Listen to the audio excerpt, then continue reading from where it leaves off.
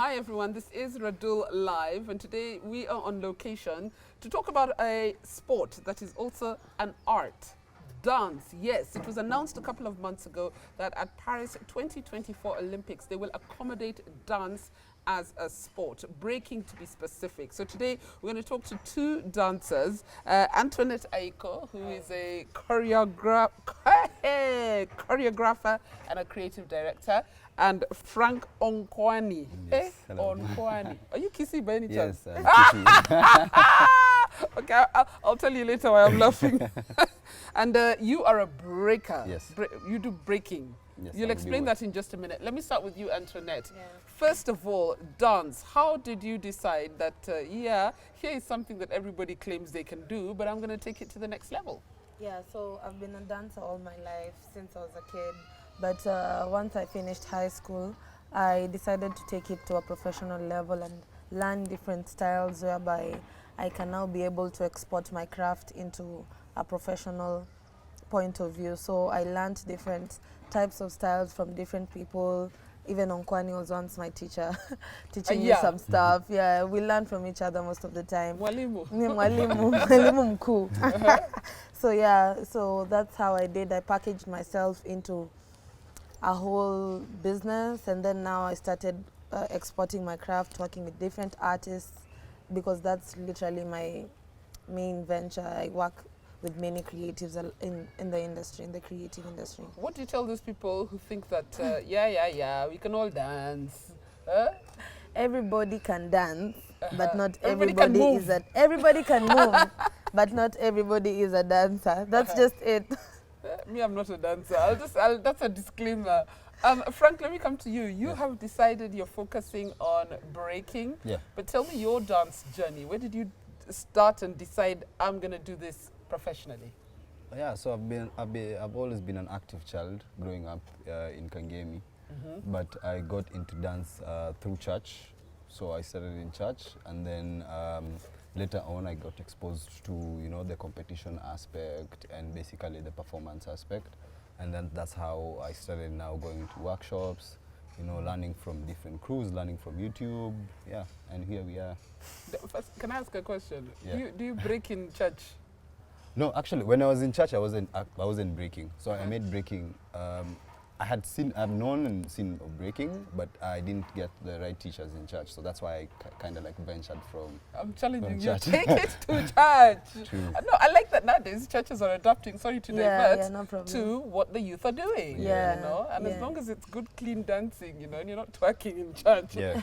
Why not? Why not? Yeah. So tell me about Nairobi Dance. It's called Nairobi Dance Collective. So Nairobi Dance Collective is a collective of dancers, Kenyan dancers, whereby we advocate for Kenyan dancers' rights, Kenyan dancers' unions, and also advocating for people to link up and create pieces together, just putting dance out there as much as filmmakers are doing, sportsmen are doing, just trying to create a body that has all dancers under one roof. That's professionalizing dance as well, because in every aspect. for representation in many places around the country.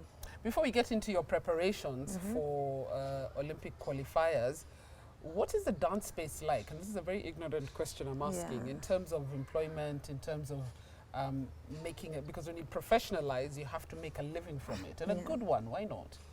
What's the space like, Frank, if I may ask? Just like any artistic space, it's challenging, but the best way to go with this industry is basically create and just curate your own programs.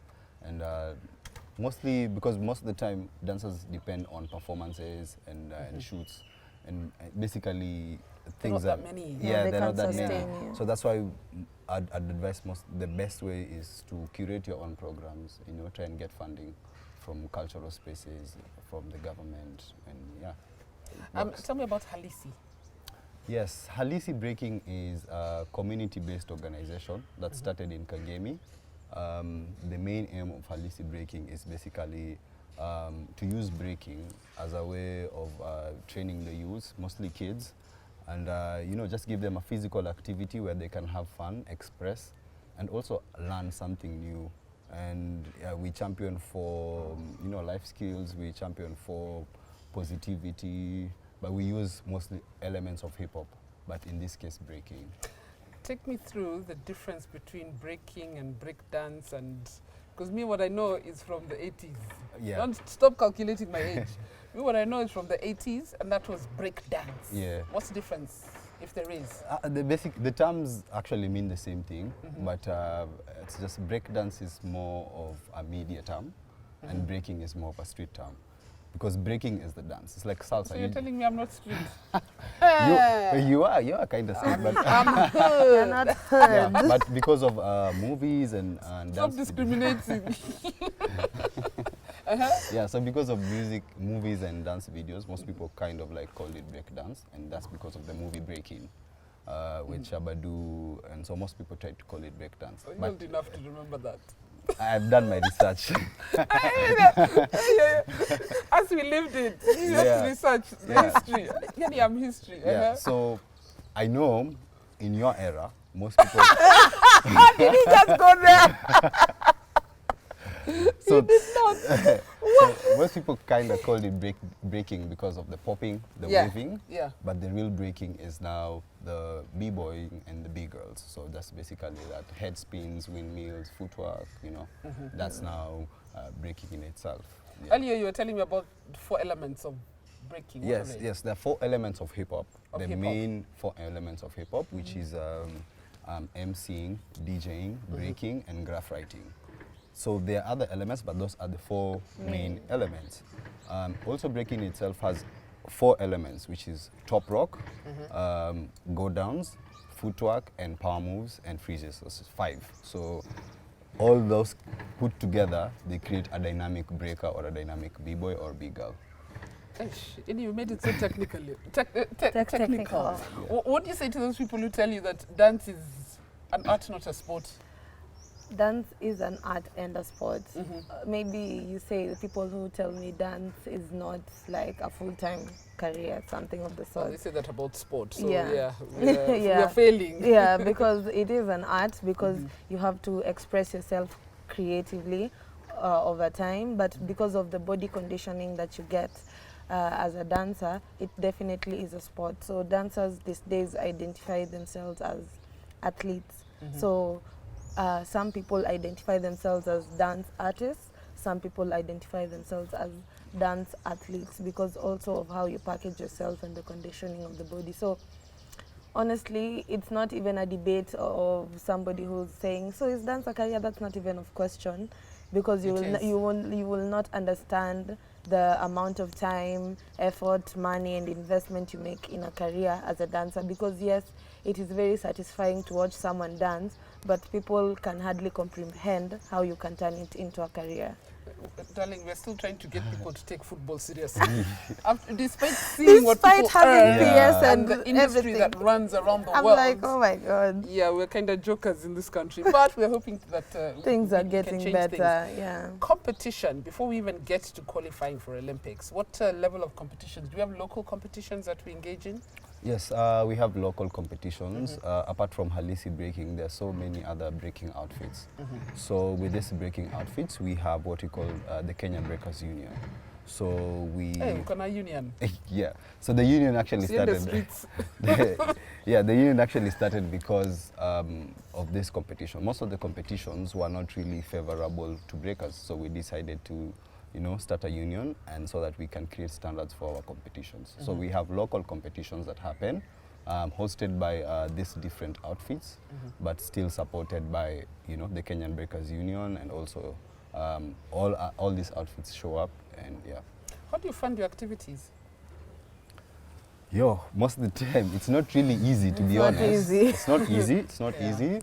But we have different cultural spaces which have been really supportive, like Alliance Française Goethe and the Institute. Goethe Institute. We also have the creative art spaces in Kenya, which is CASIC, has been helping out breakers. Red Bull has also been supportive.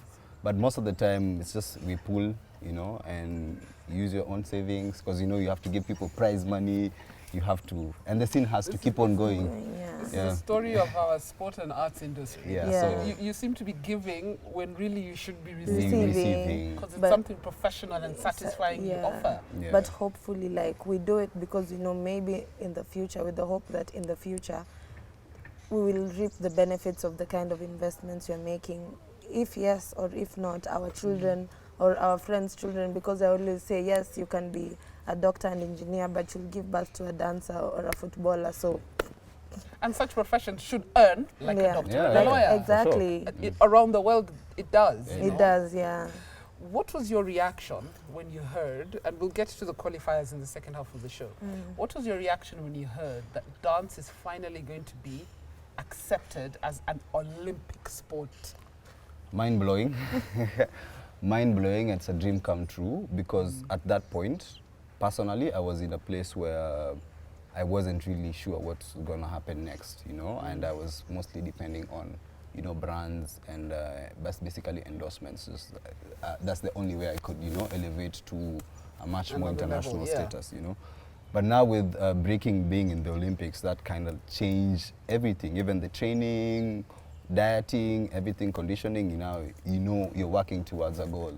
And even with the kids I'm coaching, it's even giving So you them coach much, kids as well? yeah, it's giving Apart them much from- hope.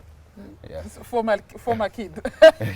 Yes, so Halisi, we have what we call mobile workshops. So we go around most informal settlements in Nairobi and also in Kisii and Migori counties. So we teach kids breaking for free, and also we give them materials where they can now refer, you know, and go learn some more about breaking. You know, when you mention kids, what's come to mind are those ghetto kids, you know, and Yeah. what they've managed to put on a world map, Yes. you know, because you create a group like that. Actually, You have one. we have very talented kids. Yeah. From From several Kangemi, parts of Nairobi, Kangemi, Dandora, Mathare, Kibera. Korokocho, you know, Kisii County, Migori County. Yeah, because the thing We is, have many Kisii friends. Yeah. I don't know why I laugh when I hear the word Kisii. yeah, you know, because with breaking, it's a very active sport, and with kids they are very active, and they're very, you know, they're open to learning new stuff, and they're fearless. And it's fun, so they don't realize that they're actually doing something professional that's also really, really fun. Yeah, so Let me take you back to that question. When Yeah. you heard dance is now an Olympic sport, maybe not the kind of dance you do, but this is an opening for all Yeah. dance. I was super excited because first of all, ever since I knew Frank, like almost 8 years ago, he's been winning so many local and international championships, from Red Bull to so many championships. So this was an opportunity to now showcase to the world that actually so many dancers or breakers from outside come to Kenya and be like, I can't comprehend the amount of talent here. But now it's time for us to export this to the world. So it's Time for the also world to see Frank. for the And world many to more see breakers. Frank and Yeah. many more other Kenyan breakers Yeah. and see like the kind of talent that we have. And I was super excited also because Kenyan dance really has to go global. It's been localized so much that people don't have that understanding of or comprehension of the fact that now The they talent are, is here. talent is actually here and it's big time. When I travel abroad, someone, you're from Kenya, do you run? Yeah, That's it. that's the They only think thing. they think that is the only skill we have. We are runners. So clearly, we need to change We that. really need to. Yeah. So I want us to take a quick break. When we come back, I want to get into the qualifiers you need to go for.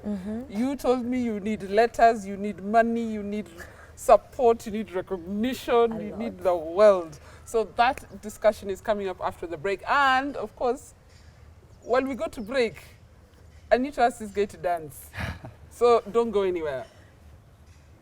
So I know you've all been enjoying the Aviator game on Betika.com or on the Betika app. Well, now Betika is taking it a step further and giving away 40 motorbikes in 40 days to 40 winners. Every Monday to Friday, you stand a chance to win. Now, what you need to do is place a stake of 50 shillings or more on the Aviator game to reach the highest odds, or fly the Aviator plane for the longest duration. Now, whoever has the biggest odds at the end of each day is automatically the winner and automatically wins Anduvi. Yes, We have 14 doozies to give away in 40 days to 40 winners.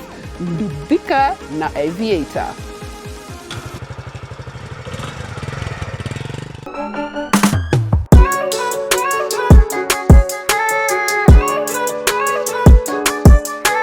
Welcome back. This is Radull Live. We are on location talking about dance. You've had a glimpse of what Frank can do. Nabado, me I want more. I'm going to bully you. Yeah, but it's your craft. Let's let as many people as possible see it. Of course, I'm with Antonate Aiko, who is a dancer, choreographer, creative director, and Frank Onkwani. It's a mouthful, I know. Frank Onkwani, the founder of Halisi Breaking, Yes. which he has briefed us about as well. Now, Antonate, when you spoke to me, and maybe, I don't know, maybe Frank can speak more on this, since it's breaking that is going to be at the Olympics. Antonate, as I said earlier, accosted me at an event. Thank you for doing it, because that's how you get your message out there.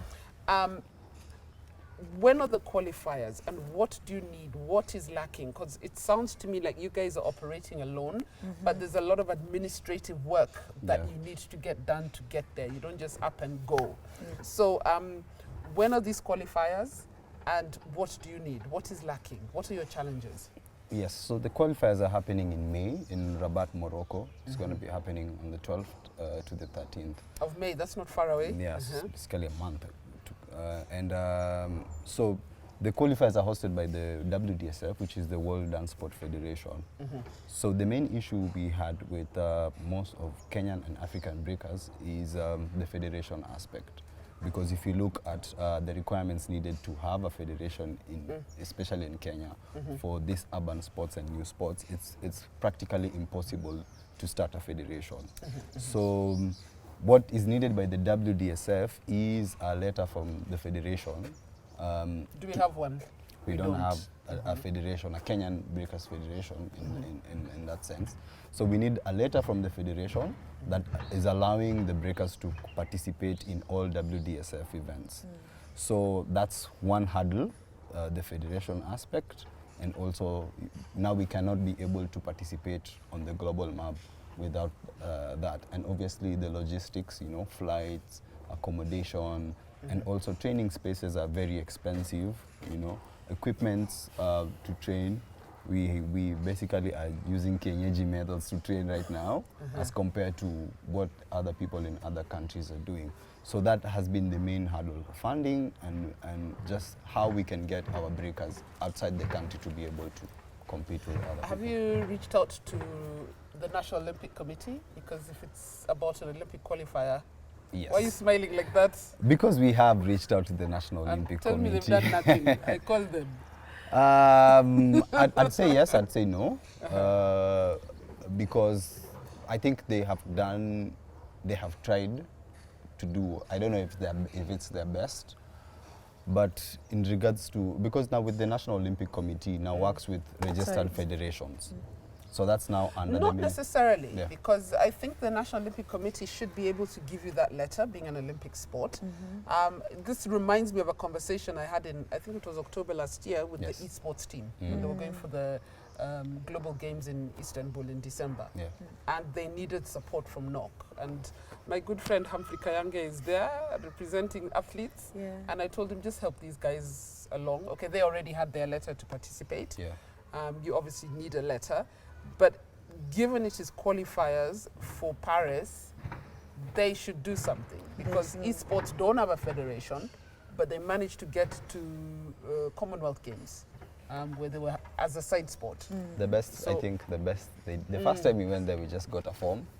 And it was like, you need to fill this form, and and we didn't actually get to meet, the big dogs from NOC. We actually just got to meet. I will knock on their doors.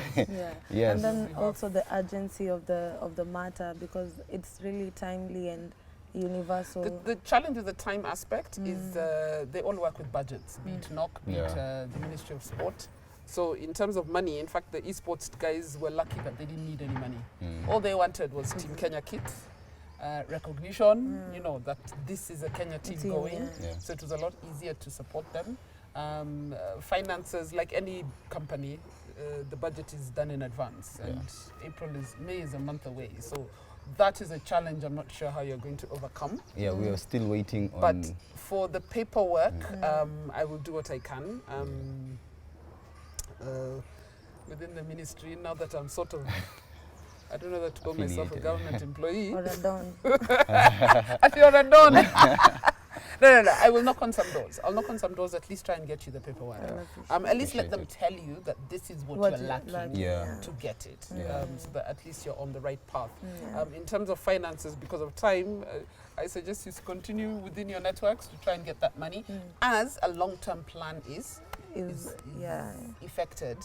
But it is key to try and get a federation registered. But I know it's not as simple as it sounds. Especially when there's Nairobi Collective, there's Halisi. dance, there's Moses' what's called Africa Dance Agency, Dance Africa, whatever it's called. There's so many elements, so you guys would have to come together and form a federation. Yeah, and unfortunately, even in the case of esports, who are not even registered, they're already two. They're already two, They're already two factions, which makes it more complicated. Yeah. So organize yourselves within yourselves. Well, I'll see what I can do from a administrative level to at least get you that letter. Yes, my dear. Will that ever get to change? Like, maybe the laws say that you guys have to be in a federation, like for sports, music, dance, all that? Because if now we are limited to being in a federation so that we can work with you have to be such in a federation. bodies. That is the only way you'll be represented, whether it's Olympics by IOC, whether it's in football's case by the governing body, FIFA, in tennis case by the International Tennis Federation. So you do have to be part of to participate in the formal competitions, which are Olympics, which are World Cups. If you're like in boxing, the case of boxing, the amateur boxers who have to be under a federation to compete, but they're professional boxers who operate with agents. So all they do... They're freelance. Yeah, but they will never appear in the formal World Cup championships and Olympic championships. So if you want to be in Olympics, and I'm sure that is your goal, it's every athlete's dream. You need to be formalized. And it's within NOC to say you need a federation, but they should also guide you. I think just to add on that, one of the discussions we had with NOC was about having a Kenyan qualifier, so that even if we have someone who's representing us outside, it's everyone has a chance, and everyone has a chance. But also, I'd also call upon lovers of breaking, lovers of dance, to support Kenyan breakers to go to the Olympics, because at the end of the day, it's a win for all of us. It's a win for all of us. Just to know that Kenya appeared. And then the good thing about breaking that I was saying earlier, Kenya has champions here. People who in Kenya, they win big time against like champions who come from abroad to come to here, very many of them. And also outside, some get the funding to go to individual competitions. And when they go to individual competitions, they get to win on the other side of the world, in France, in Paris. They really do tour and travel, a lot of breakers, but as individuals. So if this is a chance for them to represent Kenya, that will be amazing. Because they're actually going to win. True. Practically. And we claim we are focusing on youth development. Runners. It's a form of employment. Big time. Actually a form of employment. It's also a form of therapy, because if you look at most people who practice breaking, they come from these informal settlements. Me, being one of those, people who come from informal settlements and found a career and I found, a life path in breaking. And breaking has changed my life, and I'm using it to change lives of other children and kids. So I feel it's much more deeper than even it being a sport or just being in a world, a global space. It's also something that we can use, to empower the youth. It's a way out. It's a way. It's an option to make something of your life with the skill you have. By the way, I totally get it. I need to drum it in some other heads. I'm not saying which ones, but I totally get it. So yeah, I mean, we're done with the formal part of the interview. You have to teach me at least one move. I'll see if my two left feet can get it. Yes. And I wore heavy shoes. So we'll end the chat there. Yeah. I will see what I can do We'll appreciate. and knock on some doors, try and get you the paperwork you need to get yourselves to Morocco. In terms of financing, that is also a process, because even if you're getting endorsements and sponsorships, they want to see, and it would help in these competitions you have, if you, I'm sure there are fans who come to watch. Yeah. Take their details, keep their contacts, so that when a corporate comes to you, you can say, these are the people who turn up for our events. Yeah. These are the people who support my craft. Because ultimately, the corporates are businesses and they want numbers. customers. Yeah. Yeah. It's that simple. Okay. So it's numbers, it's bums on seats, as they call it. Yeah. So keep that, Record. keep those records Yeah. to show how big you are as a sport. Yeah. And I'm sure you are. Just We need are, to get the for sure. message out there. Yes. So any last words to someone who wants to get into dance? Okay, don't laugh. I don't really know, but if you To really, someone who wants to be you, because even though you feel I'm only at this level, there's someone looking at you and saying, oh, I wish I could be like Antonate. yeah, I wish I could be like Frank. You know? yeah. I will say like for the longest time, I've been thinking about like if I will get to do this long term or for the rest of my life. But every day I wake up and I affirm myself, because we're only here for a short time and a good time. Maybe 100, 150 years if you can make that long. But I know people, like the internet has exposed you to see like people do it for therapy, people do it for fun, people are 80 and dancing. So don't complicate it. If jobs will come while you're dancing, then you will be a dancer and you'll have to condition yourself into dance training. That's if you love dance. But then if you don't, you just want to do it for fun, just do that. It's not a matter of complicating it so much. But if you really want to do it professionally, just have a pep talk with yourself and affirm yourself that this is what I want to do. Because I didn't mention, I'm a professional civil engineer. And wow. Yeah. And I kind of paused, I don't want to say quit because my mom is watching. I paused And you that have bills career. to pay. I paused that career because dance is actually working out and putting me in rooms that I never thought I would be in the civil world. So I really appreciate it, and it's who I am. That's what people know me for, from the bigs to the underdogs. So I'm grateful. So if you really want to do this, just do it. It's that simple, as Nike It says. reminds me of before the esports team went for Commonwealth Games, they asked me to flag them off on Mombasa Road. They had sponsorship from a telco there. And their parents, they came with their parents because they were flying out that night. Yeah. And one of the parents was speaking, and I was asking the parents, how have you taken this? Because a lot of them were like, my kid just locks himself for hours in his room. And they never took it seriously until they realized their kids are going for Commonwealth Games. There's a mama there who said, my son is going for Commonwealth Games. Whatever civil engineer job you would do, you're not going for Commonwealth. You know, that helped them realize that it's actually serious business. Very serious. You know? So they're like, I'm supporting my child to see where this can take him. Yeah. So what are your final words for those kids you train every day? Yeah. Others who probably haven't joined the program but are thinking about it? I'd say just before my final words, I'll say I'm really grateful for my family because it has been really supportive. And we had our issues when I was starting, but right now they're really supportive, and I'm so grateful for them. Yeah, for anyone who's, you know, I would say it's possible, manze. There's something we say in the street, itajipa. Siku moja itajipa. You have to put in the work, you have to believe, and most of all, man, you have to pray. And you know, as you put in the work, you have to believe in God and pray, because Amen. itajipa, manze. Itajipa. Were those your final words, or you still have your final words? My final words ni manze, eka Mungu mbele itajipa. That's that. That's brilliant. Yeah. That's brilliant. Guys, aren't they amazing and inspiring, you know? But clearly I have work to do on my side. Antonate, Aiko, and Frank. Hey. Onkwani. Is there a short form? No. Onkwize. What's your street name? What's your street name? My street name is Zaga. Zaga. Zaga means? Or where from? How? I don't think it's a good day to explain it on Zaga. Yeah, those who Zaga know. Onkwani. Onkwani. And Yeah. do you have a street name? I really don't want to have a street. I wish I had one, but I used to be called Don when I was younger, but now Don, as in the Don. Aiko the Don. So I'm like, Don't talk.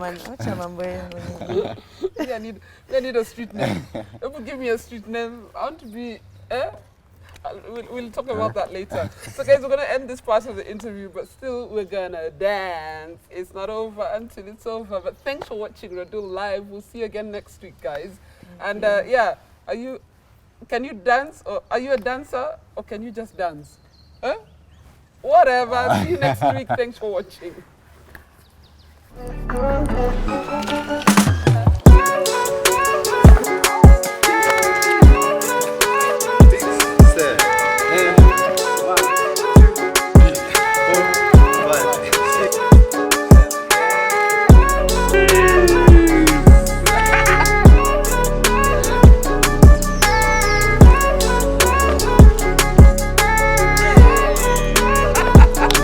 I won't even attempt. Let me leave it for my youth.